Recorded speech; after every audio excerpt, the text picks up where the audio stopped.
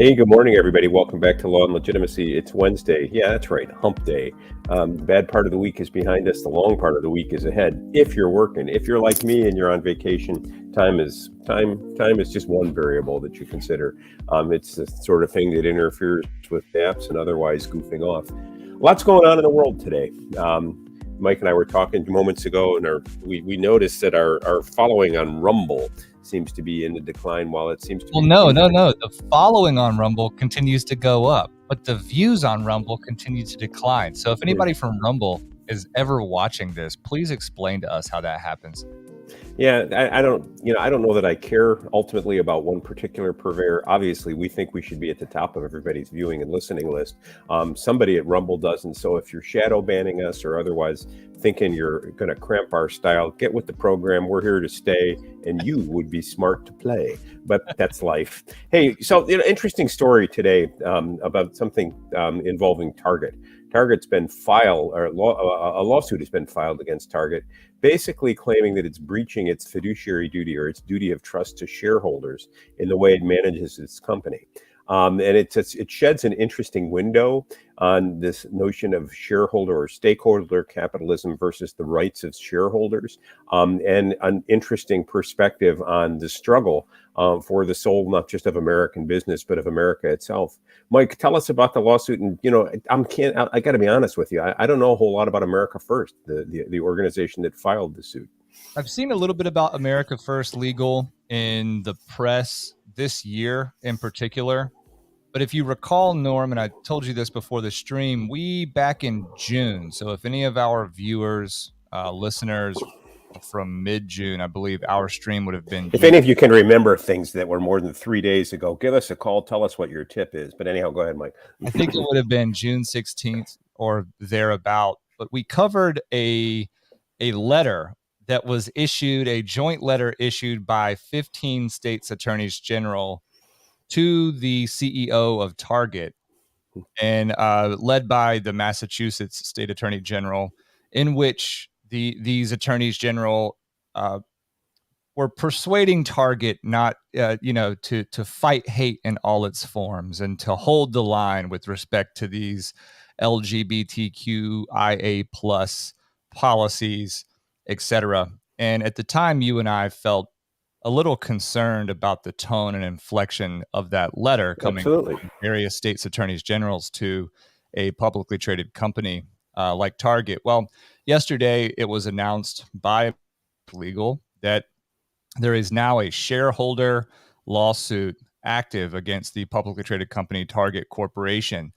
And in and among the claims, the main claims are essentially that it's board of directors. So it's against Target Corporation and the entire board of directors. They're all right. Let's really break this down slowly, like, because you and I assume a lot, but not every one of our listeners may bring the same set of assumptions to the table. What's a publicly traded company, and what role does the board of directors play in such a company? A publicly traded company is a company that is traded on an American stock exchange. So think of the S&P 500, the NASDAQ. So anytime a company is publicly traded, that just means that shares, equity in that company, individual shares of that company are freely bought and sold on our public markets via these exchanges. And because of the nature of that, many companies, there are various reasons a company would decide to go public, as it's called. And public being distinct from private, right? But many companies decide to go public because it is in the short term, a way to raise additional capital from, bless you, Norm, raise capital from private banks, bless you, Norm, raise capital from 2 blessings in one day, investors, and then to thereby grow their market share and continue to find ways to pump money into growing whatever the goods and services that company provides to the customer base. And how are boards of directors selected, and what is the role of the board of directors? Boards of directors for publicly traded companies are elected by vote of the shareholders, and they are bound to a company's bylaws and shareholders agreement. And in the context of a publicly traded company, publicly traded companies have very, very stout obligations for transparency and disclosure. And all of these things are governed by the SEC, the Securities and Exchange Commission. So had Jimmy Valley on. This is a great way to think back to the Jimmy Valley conversations with Ripple Labs and XRP. The crux of what the SEC is arguing is that what XRP is a security, an investment contract, a version of a security, and thus that investment contract needs to abide the standards set forth in the securities laws. And be treated the same way as a share of Target Corporation, for example, would be treated.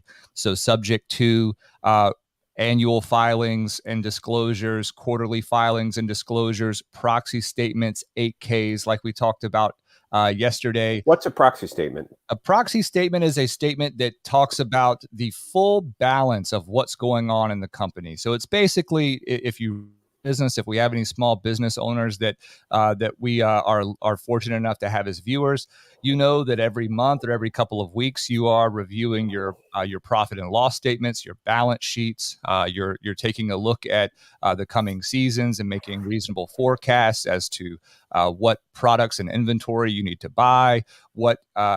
Hey, Jackie P. She says, "Bless you, Norm." Thank you, Jackie. And And so proxy statements are a way for companies to assess, in and among other things, headwinds, economic headwinds. So things that are in their way of profitability, risks that they perceive to the company, either domestically or globally, whether those risks are in one category or another. And therein lies the crux of the Target Corporation lawsuit. Right, break it down.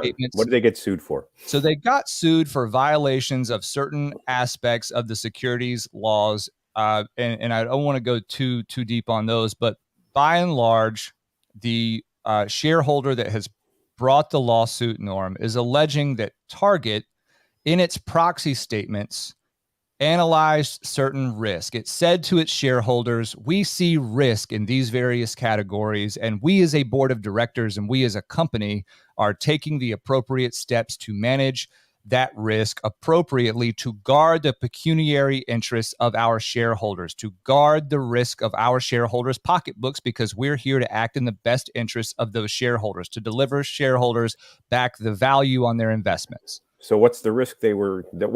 I still don't get it. Why'd they get sued? They got sued because of the $12 billion in market share that they lost in May behind the Pride. I guess the Pride inspired marketing that they drove into stores nationwide, and that was really I would say the straw that broke the camel's back, but it wasn't really as light as a straw.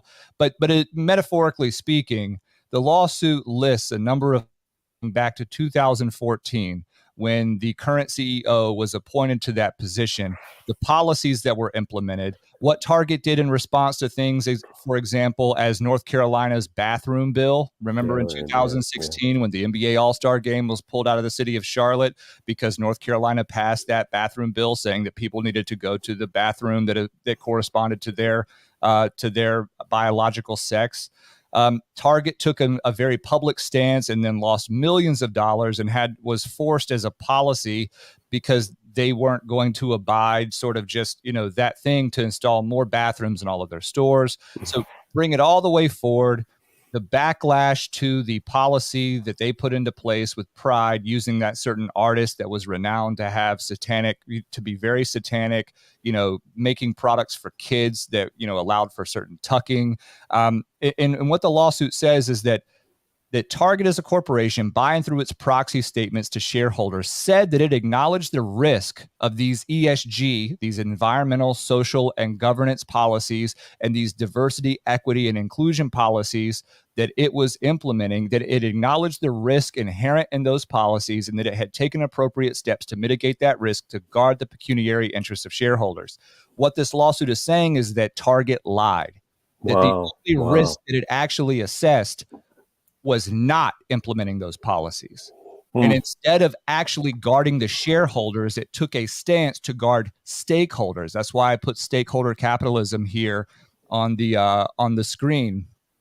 That Target made a conscious decision to guard stakeholders within that meaning of the And stakeholders are people, self-selected groups who decide that they represent broader interests, who, while not having necessarily shares, have a stake in the company's position in a community, because what the company does either reflects a good or a bad community. So a That's right. stakeholder might be somebody who's affected by Target but has no interest, pecuniarily speaking, in the company, and rather it has an interest in how the company behaves, because the company either makes them feel good or not.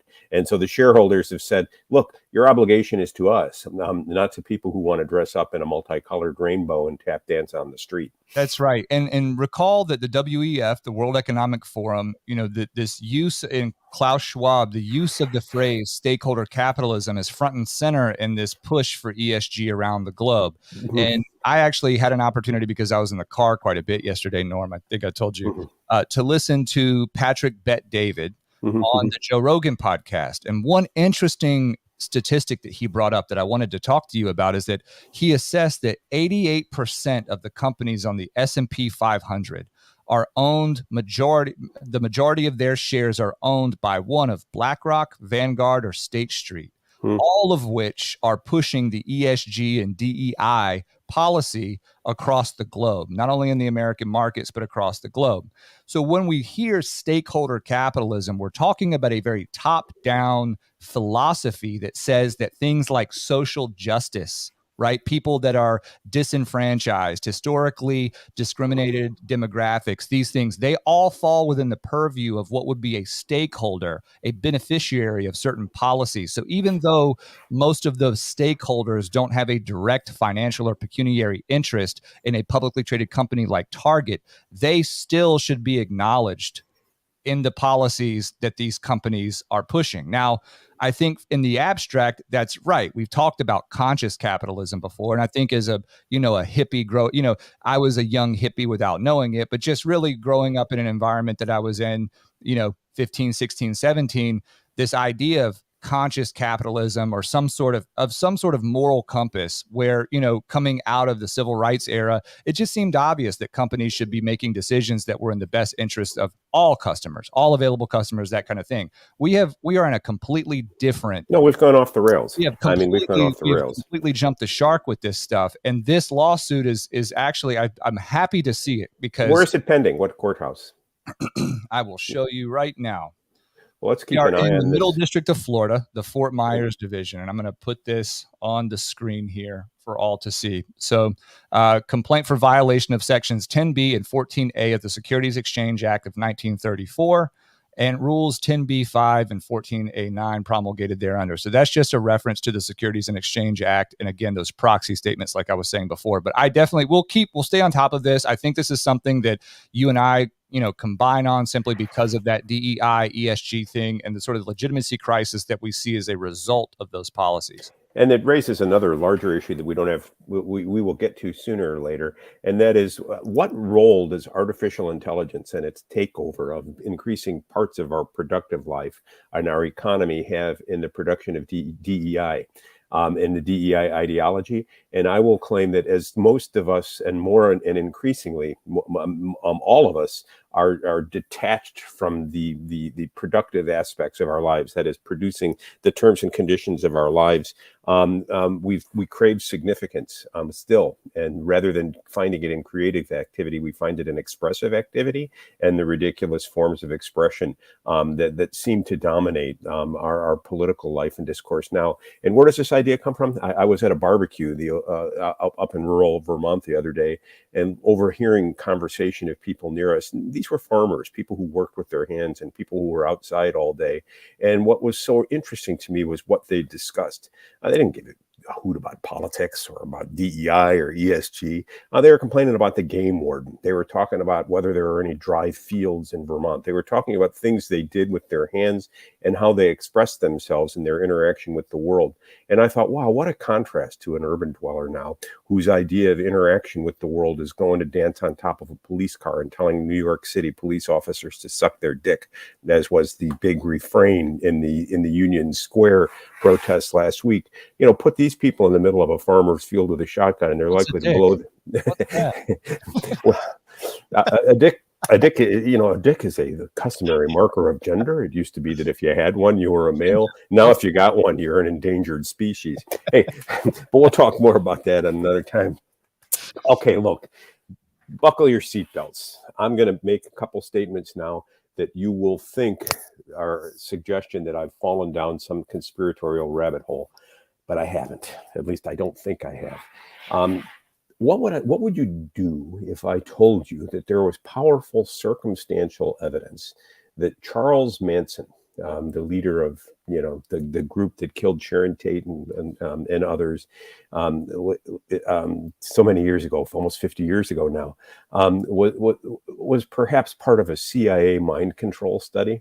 You'd say, Norm, go back to vacation. Maybe you need to spend a few more days in the woods. Maybe you're losing your bearings. No, read Tom O'Neill's book. It was published in 1999, and I picked it up at the time. The title caught my interest: Chaos, Charles Manson, the CIA, and the Secret History of the 60s. What's not to like in a title like that?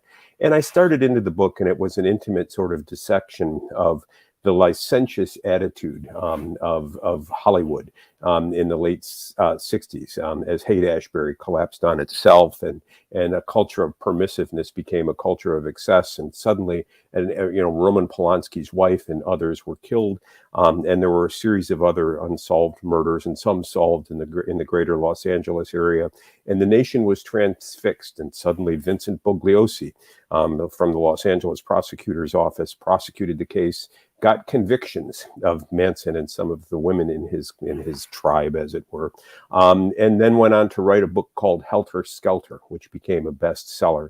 And Bugliosi's theory was that Manson and his followers engaged in this homicidal rampage as a means of trying to inspire a race war. That they thought that they'd kind of set up the Black Panthers, and this would ultimately lead to a confrontation between whites and blacks, and in some sort of apocalyptic way, the world would move on to something different. And there were bizarre variants of this in Manson's mind.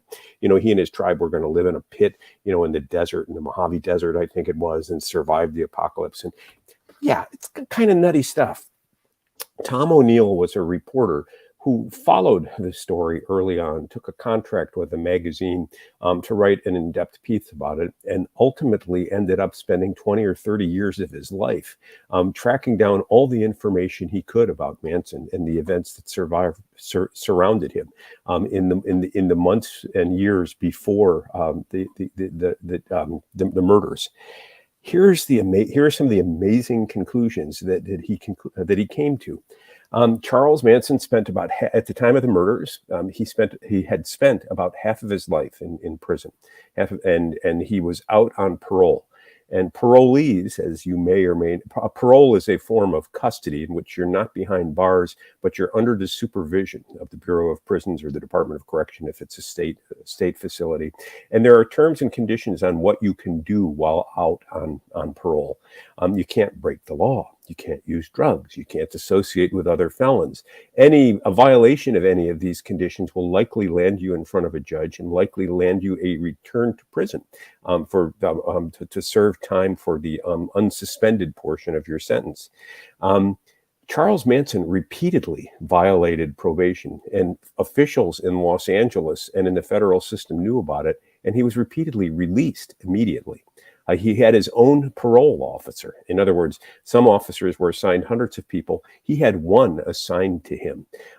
So the first tell is, what did Manson have? Such that he and his girls had basically a get out of jail free card. O'Neill traces discussions between prosecutors, federal officials, and others. Years later, they can't account for the fact that whatever he did, he was able to walk away with impunity, seemingly. He was suspected of operating an auto theft ring, selling drugs, was involved in underage sex with young women, and all sorts of things which would likely lead an ordinary person, to be returned to prison. Yet Manson was always returned to the farm. More interesting still, he traces the history of one of the parole officers, or a man who was always at the perimeter of the parole process and police officers, to rumors that he was involved as an intelligence agency, to an unnamed agency, to an unnamed source. The same individual kept turning up everywhere that Manson was involved, without leaving footprints. But yet Manson enjoyed these wonderful outcomes. Finally, and again, at this time, and this is what rings true in my mind. There was a Dr. West, a man who taught at University of Oklahoma, UCLA, and he was very involved in mind control studies, and that is trying to determine whether through hypnosis and the use of drugs, you could control a person's behavior, whether you could eliminate memories, whether you could implant memories of things that hadn't occurred in people's minds such that they thought they could do it. And there were a series of laboratory experiments with rats and mice that showed the variables that were significant to people's behavior, such as close contact with one another in a controlled and small environment, much like a cult. The use of LSD to alter the behavior of individuals in a close environment, individual animals in an individual and close environment. The use of amphetamines and whether amphetamines would inspire violence. The theory was that LSD made people largely pacific. Amphetamines made them largely agitated. And so O'Neill discusses how in the drug culture of Haight-Ashbury in the 1960s, when amphetamine sold largely through the Hells Angels infected the community, homicide rates went up. Well, what was Charles Manson doing out there in the ranch with everybody but keeping them in a close environment, keeping close watch on them, giving them repetitive messages, indulging in daily taking of LSD? And where would he and his group go for medical treatment on an almost daily basis? They went to a federal clinic in Los Angeles that was designed to serve the needs of this peripatetic community of hippies and whatnot. And that hospital was funded in part by CIA front organizations. And Dr. West had an office there. And Dr. West, who was a prime researcher in the use of LSD for mind control experiments and hypnosis, was known to Manson and knew a bit about Charles Manson. So, you begin to get the impression, and O'Neill doesn't come out and say it in as many words. He's too responsible for that. He talks movingly in the book about how the case basically took over his life, how he first began to read the trial transcripts, interviewed Bugliosi and others, and realized that a lot of what Bugliosi was saying didn't make sense. That in Bugliosi's notes, he emphasized some things rather than others. There were things that he wouldn't talk about. Police officers who knew Bugliosi thought he was a grandiose egomaniac who was in this for his own sake rather than the truth. Bugliosi threatened to sue O'Neill any number of times for $100 million if he defames his reputation. And Bugliosi was no saint. He once beat a woman who he sired a child with out of wedlock and demanded that she have an abortion. He was the subject of criminal prosecution for perjury after the Manson trial related to his conduct. So, the O'Neill book then pivots significantly into a discussion of the MKULTRA program in the CIA in the late 50s and early 60s. What he reports is true, that in the Korean War, a large number of Americans came back from Korea, and the fear was that they had been brainwashed by the North Koreans. This is the inspiration for the Manchurian Candidate book, that somehow someone's mind had been taken over by a foreign entity, and they had been programmed to act on command from cues from this third party. And they were, in effect, sleeper agents in our midst. And so the CIA and under Allen Dulles, and with the blessing of Dwight Eisenhower and others, began a series of mind control experiments. And this is where the parallel to our time starts to get a little spooky. Follow us on X at LawPod Daily. Yeah, I know, really. But the theory was that minds are mechanisms, and if minds are mechanisms and they have a biomechanical substrate that explains their properties and behaviors, by manipulating that biomechanical substrate, we can manipulate minds. And if in the Cold War, the Soviet Union was doing this and the communists were doing this and they were sending sleeper agents for us, didn't it behold us wasn't it incumbent upon us to develop the same sort of biochemical ability on our own behalf to defend ourselves and overcome them? And so the CIA created a secret program, MKUltra, and they gave prisoners LSD.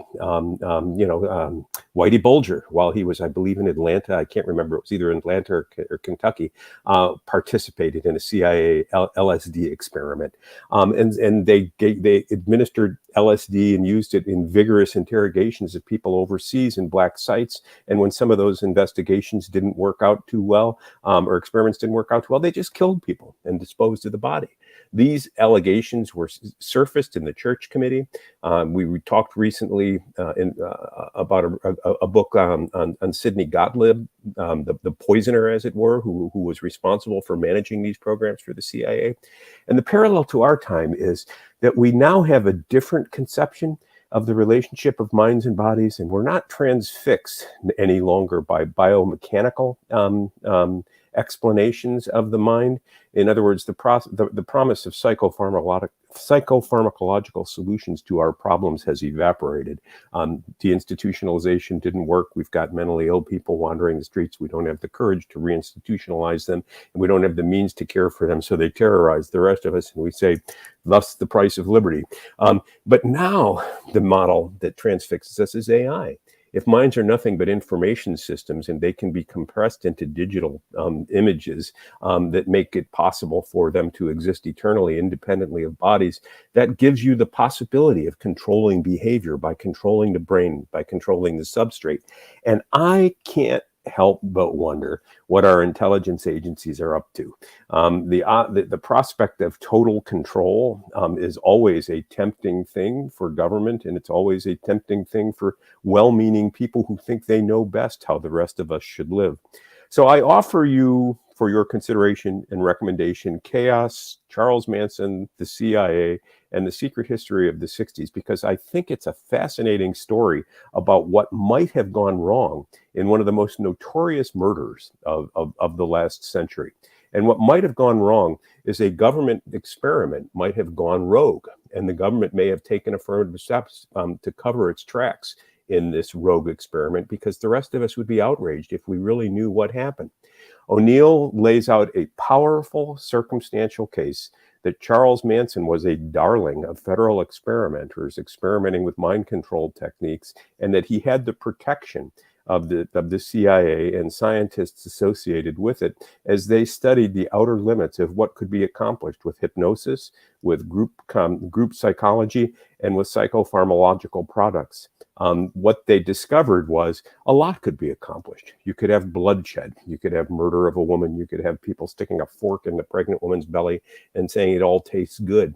That was helter-skelter. Vincent Bugliosi, maybe he was a dupe. Maybe he sold a vision of the case that was good to sell books and distracted us. Maybe the whole discussion of race, DEI, social equity, ESG is just a diversion. Maybe it's icing on a cake that the rest of us don't actually have the ability to see yet because we're looking in the wrong places. We've reached out to Tom O'Neill. Yeah, fascinating. Yeah, we've reached out to Tom O'Neill through his publisher. We're hoping to get him on.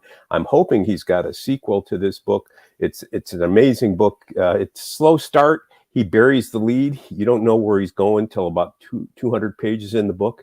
And once you figure out where he's going, you just can't put the damn thing down. So take a look at it. It's a great summer read. It's a great read for any season. I want to thank T-Girl over on Rumble. T-Girl reminded me that Tom O'Neill actually appeared on Joe Rogan's podcast, which I brought up here on the screen. Oh, wow. Episode 1459, and he talked about this book in particular. So I'll make sure I send that to you so you can take a listen at leisure. And I think I'll definitely...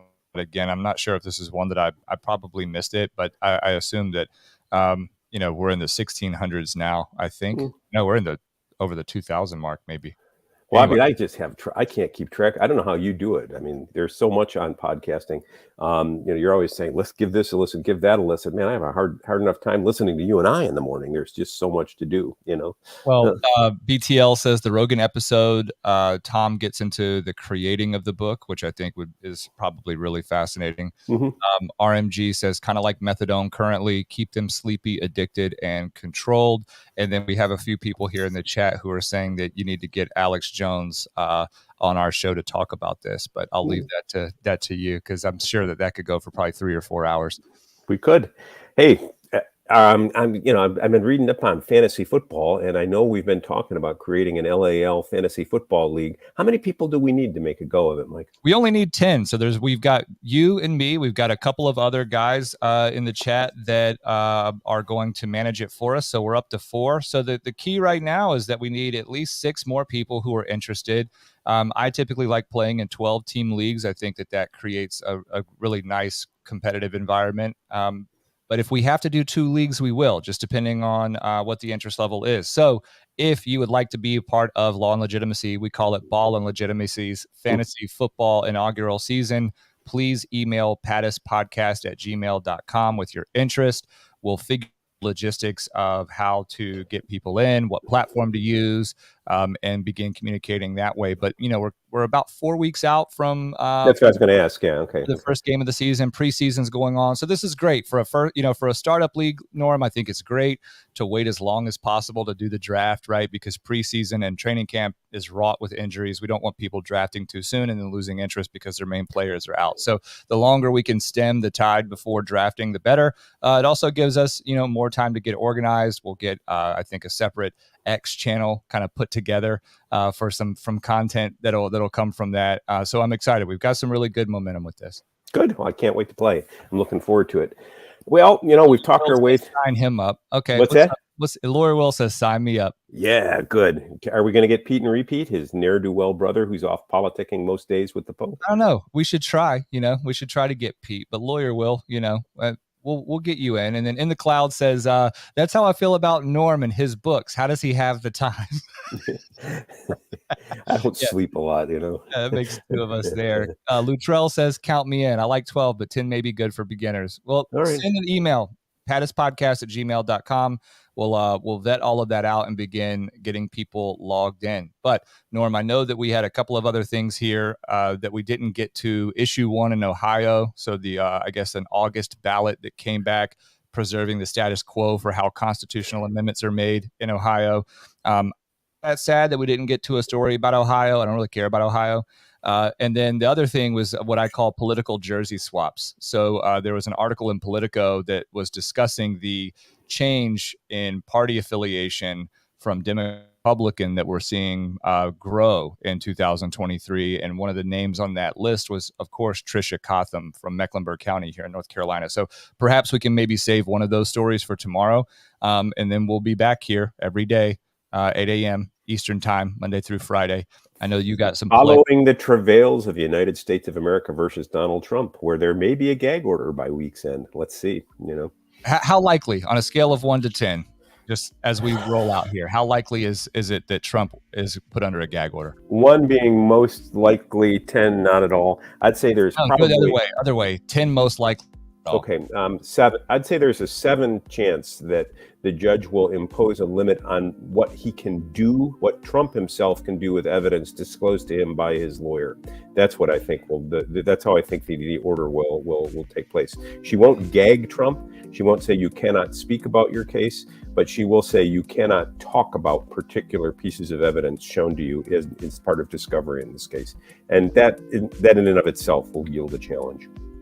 Understood. Well, Norm, thank you. BTL expresses gratitude for your summary of that rather large book. I do the same for you. And on the target end of things, that's something that I will make sure that I personally keep track of and just do routine, more bite-sized. And we want to give a shout out to James O'Keefe. Apparently, he posted last night he's been sued by Project Veritas. I gather the allegation is that he went to funders for Veritas to fund the O'Neill Media Group after Veritas threw him out of the organization he founded. We're O'Neill supporters, not O'Neill supporters. We're O'Keefe supporters here. We And think O'Neill that, supporters, but okay. and O'Neill said, yeah, but we, and he's put up a link asking for asking for folks to help defray what will undoubtedly be a costly legal battle. And he's also looking for lawyers. Look no farther. Look no further, Mr. O'Keefe. You found him here, Mike and Norm, at your service. Aye, Captain. Yeah, we'll continue unpacking a little bit of that, but James, you know how to find us. Norm, we'll see you tomorrow, 8 a.m. Eastern. If you haven't already, if you're listening, please hit that like button and make sure you are subscribed. If you haven't shared with one person this week, that is your duty to the Law and Legitimacy podcast. You can find us here on X Live, YouTube Live, Rumble Video, and you can find us on Apple Podcasts, Spotify, Google Play, Overcast, Audible, wherever podcasts are found. If you leave us 5 stars and a nice review, or just leave us alone. Norm, see you tomorrow. See you tomorrow.